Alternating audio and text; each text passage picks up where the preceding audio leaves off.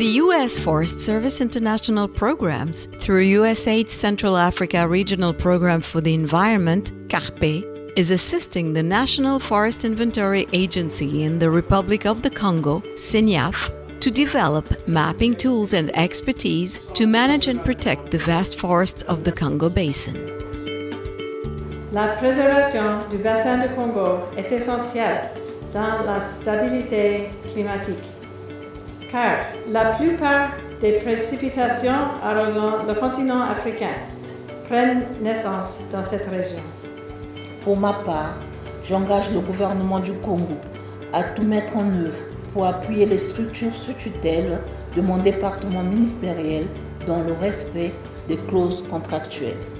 À ce titre, je salue une fois de plus les efforts inlassables du gouvernement des États-Unis d'Amérique pour l'appui croissant et continuel qui ne cesse d'accorder à la préservation des forêts du bassin du Congo en général et celle de la République du Congo en particulier pour la conclusion des partenariats divers et la mise à disposition des financements multiples. Together with mapping technicians from CENIAF, the U.S. Forest Service has been working with the Central African Forest Satellite Observatory, OSFAC, and the University of Maryland, a leader in global forest mapping, to provide and analyze satellite data over time to develop forest cover change maps for the country. Au niveau du Congo, dans les pays du bassin du Congo, tous les pays du bassin du Congo sont impliqués dans le cadre de la RED, la réduction des émissions liées à la déforestation. Et dans ce cadre-là, le Congo de Brazzaville a adopté une nouvelle définition des forêts. Et il leur fallait avoir une carte du couvert forestier de tous les pays. Et c'est dans ce cadre-là que US Forest Service et USAID ont financé le CENIAF, qui est le centre d'inventaire forestier du Congo-Brazzaville. Et en compagnie de l'OSFAC, ils sont partis à l'Université du Maryland pour produire cette carte. Et l'UMD était là en tant que backstopping. La carte qui a été réalisée est très importante parce qu'elle montre l'évolution du couvert forestier depuis 2000 jusqu'à 2014.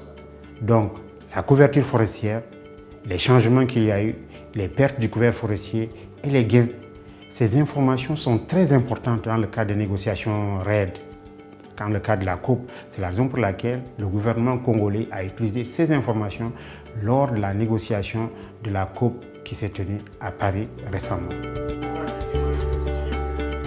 Countries are trying to demonstrate their capacity to monitor their forests and to document baseline information on deforestation and degradation, and then moving forward to implement policies to slow those dynamics, and in that context get credit for reducing their emissions from changes to forest cover through deforestation and degradation. This map was presented as an official first baseline record that had the stamp of the government on it. It was performed and executed and validated by government staff. So it's an important contribution in getting into the kind of formality of the climate policy.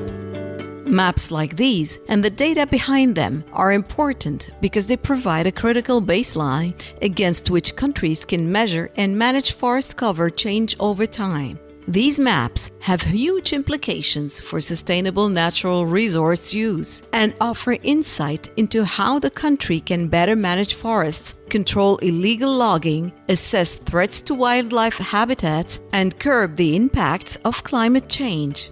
Building the institutional capacity of Congolese government agencies is a critical step in enabling the country to sustainably manage its forests, as these forests support a growing population and are an important part of the country's rich natural heritage.